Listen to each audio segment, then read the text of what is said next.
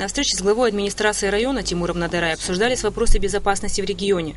Глава района подчеркнул, что с приходом российских пограничников резко снизилось количество террористических актов на территории Гайского района.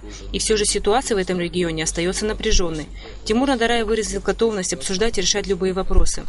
В последнее время ситуация несколько осложнилась в связи с активизацией террористических группировок, которые захватывают заложников с целью выкупа. Мы считаем их террористами и согласно абхазским законам поступаем, как надо поступать с террористами.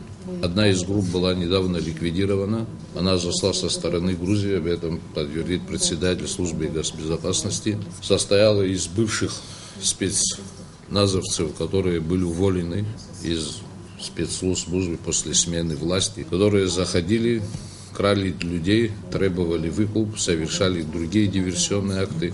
И с нашей стороны были потери при ликвидации этой группы. Тимур Надарай также рассказал о проблемах в сфере образования. В районе есть только школы, нет высших и среднетехнических учебных заведений. Но зато есть музыкальная школа. В ближайшее время при поддержке международных организаций будет восстановлена и художественная школа.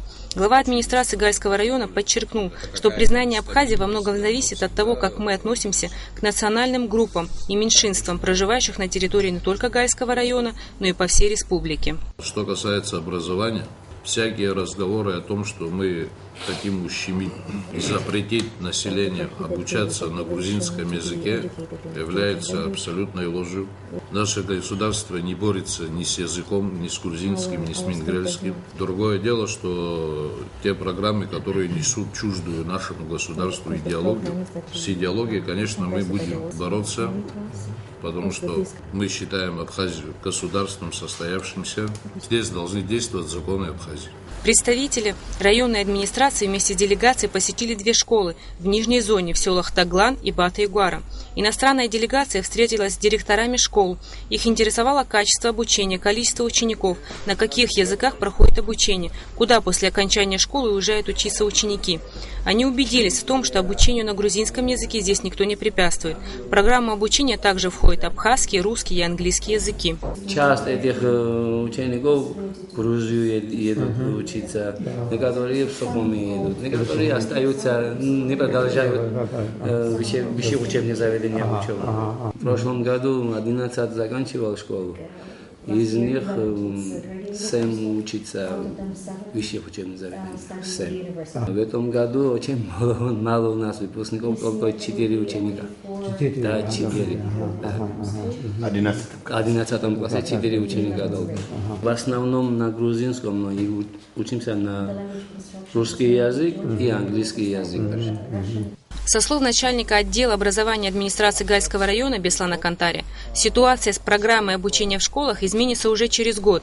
Если с компьютерными классами в районных школах вопрос почти решен, то вопрос с учебниками стоит очень остро. В школах большая нехватка всех учебников на русском языке. Много школ района, впрочем, как по всей республике, нуждаются в ремонте. Некоторые из них уже отремонтированы полностью. Во всем районе сейчас работает 28 учителей абхазского языка, еще около 20 мест вакантные.